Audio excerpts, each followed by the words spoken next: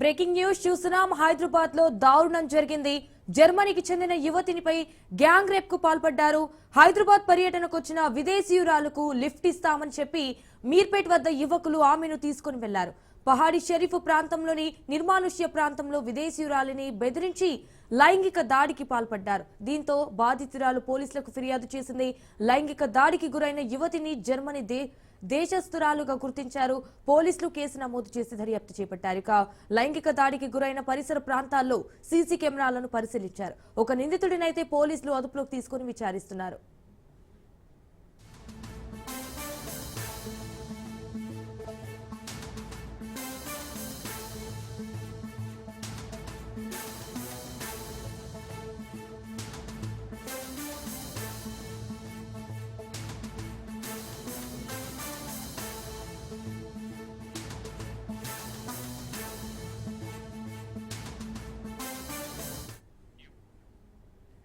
ఇక హైదరాబాద్ లో దారుణం జరిగింది. జర్మనీకి చెందిన యువతిపై గ్యాంగ్ రేప్ కు పాల్పడ్డారు. హైదరాబాద్ పర్యటనకు వచ్చిన విదేశీయురాలకు లిఫ్ట్ ఇస్తామని చెప్పి మీర్పేట్ వద్ద యువకులు ఆమెను తీసుకుని వెళ్లారు. పహాడి షరీఫ్ ప్రాంతంలోని నిర్మానుష్య ప్రాంతంలో విదేశీయురాలిని బెదిరించి లైంగిక దాడికి పాల్పడ్డారు. దీంతో బాధితురాలు పోలీసులకు ఫిర్యాదు చేసింది. అయితే ఇటు లైంగిక దాడికి గురైన యువతిని జర్మనీ దేశస్తురాలుగా గుర్తించారు. ఇటు పోలీసులు కేసు నమోదు చేసి దర్యాప్తు చేపట్టారు. అయితే లైంగిక దాడికి గురైన పరిసర ప్రాంతాల్లో సీసీ కెమెరాలను పరిశీలించారు. ఒక నిందితుడినైతే పోలీసులు అదుపులోకి తీసుకుని విచారిస్తున్నారు.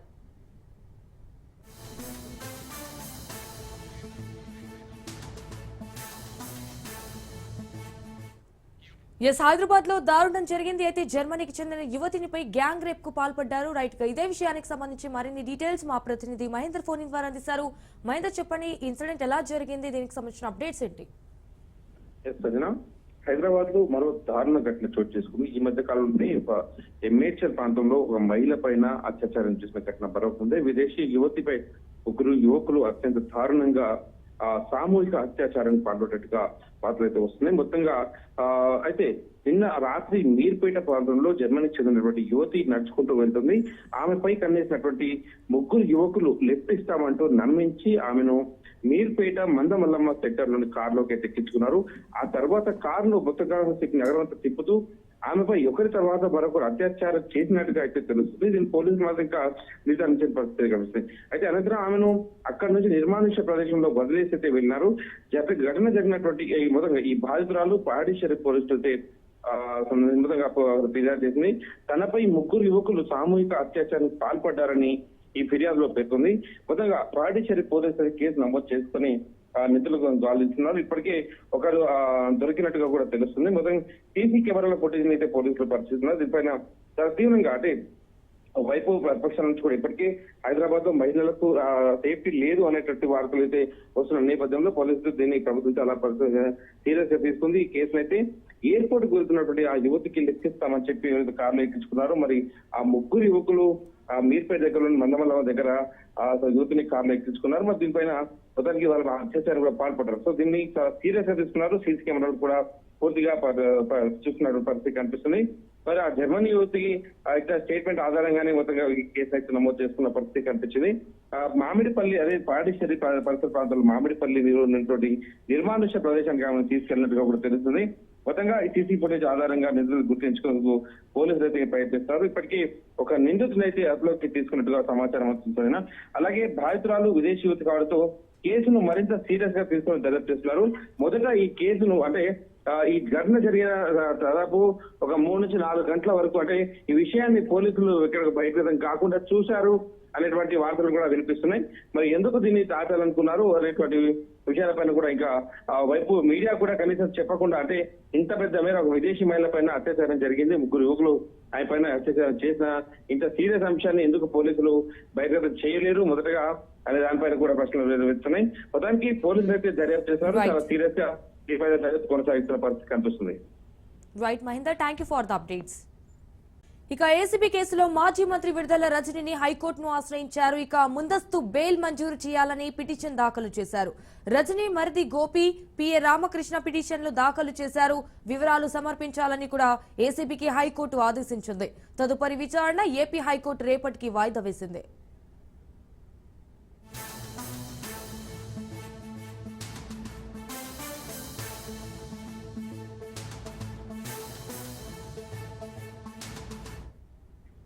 ఇక ఏసీబీ కేసులో మాజీ మంత్రి విడుదల రజనీ హైకోర్టును ఆశ్రయించారు.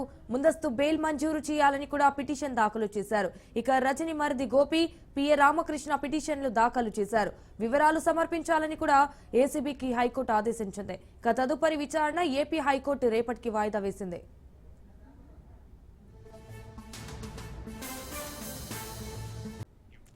ఇక ప్రభుత్వంపై బీజేఎల్పీ నేత ఏలేటి మహేశ్వర్ రెడ్డి విమర్శలు గుప్పించారు. రాష్ట్రంలో నిర్బంధమైన పాలన, అరాచకమైన పాలన సాగుతోందన్నారు. భూములను అమ్ముకోవడమే లక్ష్యంగా రేవంత్ సర్కార్ పనిచేస్తుందన్నారు ఆయన. భూములను అమ్మడం, రియల్ ఎస్టేట్ దందా చేయడమే రేవంత్ సర్కార్ లక్ష్యమా అని రేవంత్ ప్రశ్నించారు. యూనివర్సిటీలో భూముల జోలికెళ్తే ఊరుకునేది ప్రసక్తి లేదన్నారు.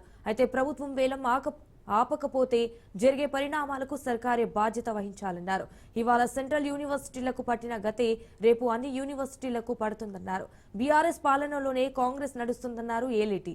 నిజ నిర్ధారణ కమిటీ వేసి ప్రభుత్వం భూములపై లెక్కలు తేల్చేంత వరకు తమ పోరాటం సాగిస్తామన్నారు మహేశ్వర్ రెడ్డి.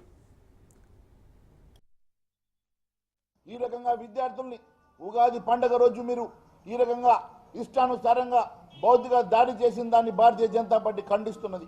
దాదాపు 60-70 జేసీబీలతోటి అక్కడ ఉన్నటువంటి వన్య ప్రాణులు ఉండగా అక్కడ ఉన్నటువంటి చెట్లను నరికేసి జేసీబీతో చదును చేస్తూ ఉంటే జేసీబీతో ఎందుకు చదును చేస్తున్నారు ప్రశ్నించినందుకు మీరు విద్యార్థులను అరెస్ట్ చేశారు.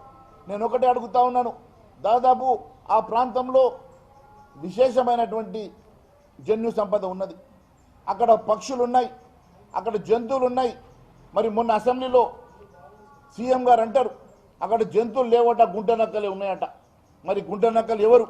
ఈ భూమి ఏ గుంట నక్క కోసం మీరు సాఫ్ చేస్తున్నారో తెలియజేయాల్సిన అవసరం ఉన్నదని తెలియజేస్తా ఉన్నాను. కేవలం 20,000 రూపాయలకు మీరు మీ నచ్చిన వాళ్ళకి దారాదత్తం చేయడానికే ఈ కార్యక్రమం తీసుకున్నారు. ఈ భూమిని టీజీఐఐసి ద్వారా అమ్మకానికి వేలం వేయడానికి మాత్రమే మీరు చదును చేస్తున్నమాట వాస్తవం కాదని అడుగుతా ఉన్నా. ఎన్ని రోజులు ఆపుతారో చూస్తాం. తప్పకుండా రేపు వచ్చేది మా ప్రభుత్వం.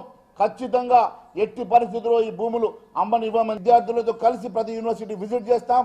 ఎక్కడ కూడా ఇలాంటి భూములు అమ్మినా మేము ఉద్యమం చేస్తామని మరొకసారి తెలియజేసుకుంటూ, మరి గత ప్రభుత్వంలో అరాచక పాలన ఉంటే ఇప్పుడు కూడా అదే అరాచక పాలన నడుస్తూ ఉంది కదా. మీరు పునరుద్ధరణ చేస్తామన్నటువంటి ప్రజాస్వామ్యం ఎక్కడ పోయింది? మీరు పునరుద్ధరణ చేస్తామన్నటువంటి ప్రజాస్వామ్యం ఏమైంది అని చెప్పి ప్రశ్నిస్తున్నా. నేను ఒకటే అడుగుతా ఉన్నాను, శ్రీధర్ బాబు గారు, బట్టి విక్రమార్క గారు, రేపు అల్యూమ్ని జరిగితే ఏ ముఖం పెట్టుకొని మీరు సెంట్రల్ యూనివర్సిటీ వెళ్ళగలుగుతారు? ఈరోజు ఎందుకని ఆపుతలేరు? నిజంగా మీ క్యాబినెట్లో ఏకాభిప్రాయం ఉన్నదా ఈ అమ్మకం మీద? ఇక బాపట్ల జిల్లా పంగలూరు మండలం భగవాన్ రాజుపాలెం గ్రామంలో పెన్షన్ల పంపిణీ కార్యక్రమం జరిగింది. ఈ కార్యక్రమంలో విద్యుత్ శాఖ మంత్రి గొట్టిపాటి రవికుమార్ గ్రామంలోని స్వర్గీయ ఎన్టీఆర్ విగ్రహానికి పూలమాల వేసి నివాళులర్పించారు. పెన్షన్ల పంపిణీలో భాగంగా గ్రామస్తులతో ముఖాముఖి అయ్యారు. అయితే గ్రామ ప్రజల సమస్యలను అడిగి తెలుసుకున్నారు.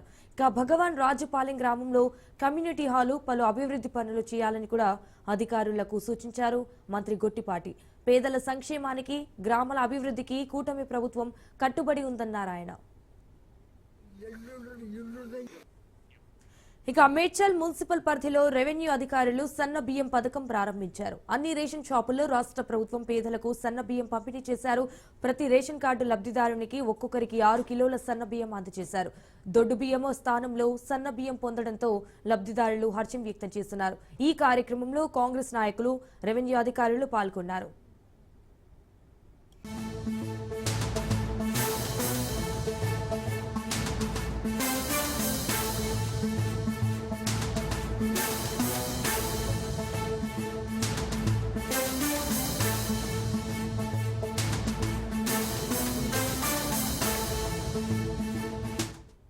ఇక శ్రీకాకుళం జిల్లాలో వేటకు వెళ్లిన మత్స్యకారులు గల్లంతయ్యారు. మంచినీళ్లపేటలో ఉదయం సముద్రంలో వేటకు వెళ్లి రాకాసియాలకు 2 వ్యక్తులు గల్లంతయ్యారు. స్థానిక మండలం మంచినీళ్లపేటకు చెందిన బొంగ కోటేశ్వరరావు, చింతల వెంకటేష్, వంకకృష్ణ, బుంగ ధనరాజు నలుగురు వేటకు వెళ్లారు. రాకాసియాలకు బోటు బోల్తా పడింది. ఈ ఘటనలో చింతల వెంకటేష్, బొంగ కోటేశ్వరరావు ఈదుకుంటూ ప్రమాదం నుంచి తప్పించుకుని ఒడ్డుకు చేరుకున్నారు. మరో 2 గల్లంతయ్యారు. అయితే వీరి ఆచూకీ కోసం స్థానిక మత్స్యకారులు సముద్రంలో గాలిస్తున్నారు.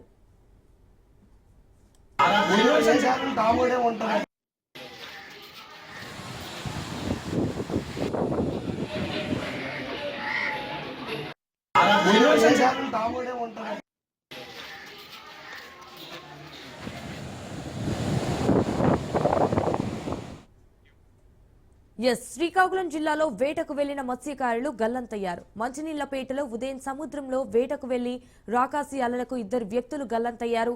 స్థానిక మండలం మంచినీళ్లపేటకు చెందిన బొంగ కోటేశ్వరరావు, చింతల వెంకటేష్, వంకకృష్ణ, బుంగ ధనరాజు నలుగురు వేటకు వెళ్లారు.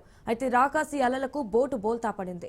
ఈ ఘటనలో చింతల వెంకటేష్, బొంగ కోటేశ్వరరావు ఈదుకుంటూ ప్రమాదం నుంచి తప్పించుకొని ఒడ్డుకు చేరుకున్నారు. మరో ఇద్దరు గల్లంతయ్యారు.